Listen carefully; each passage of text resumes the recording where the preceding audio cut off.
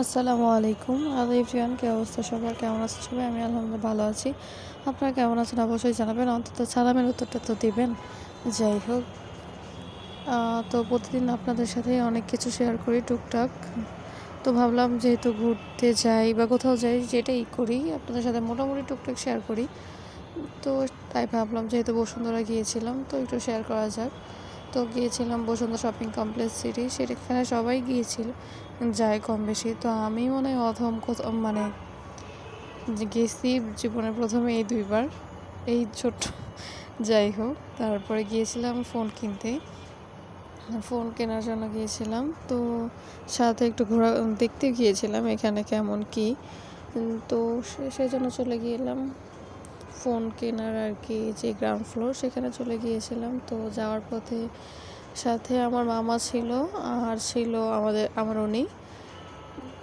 উনি আবার মানে তার বন্ধুদের সাথে কথা বলছিল। তো কথা বলতে বলতে যাই হোক, আমরা যেহেতু আগে থেকে আমাদের ফোন দেখাশোনা আছে, তো এই জন্য আমরা চলে গিয়েছিলাম আগেই সেখান থেকে, যেখানে আর কি রেডি করা ছিল আমাদের ফোন, মানে দেখে রেখেছিলাম সেখানেই গিয়েছি। তারপর সরাসরি ফোনটা কিনে টাকাটা পে করে তারপরে চলে আসলাম।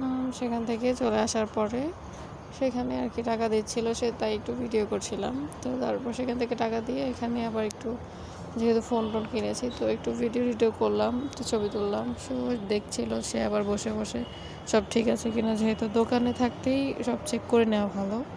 যাই হোক, তারপর চলে গেলাম লিফটের 4তলা 7তলায়, যেখানে কাপড়, সব ধরনের ড্রেস, তারপরে জুয়েলারি শপ, ডায়মন্ড প্লেস, সেখানে একটু গিয়েছিলাম দেখতে, কারণ আমরা আগে দাম দেখি তারপর একটা জিনিস ক্রয়ের চিন্তা ভাবনা করি। যাই হোক, সেখান দেখতে দেখতে যে স্বর্ণের যে দাম, দেখতে দেখতে মাথা ঘুরে যায়। যাই হোক, তারপর একটু ডায়মন্ড আর নোজপিনের শখ ছিল আমার, তো দেখতে গিয়েছিলাম। তো দামের কারণে আর কেনা হয়নি, যেহেতু একটা দাম দিয়ে একটা ফোন কেনা হয়েছে। এই তো এভাবেই আমার আজকের মানে দিনটা পার হয়ে গিয়েছিল। তারপরে এই তো আমার ভিডিও করে দিচ্ছিল, মামাও ছিল সাথে, দেখতেই পাচ্ছেন।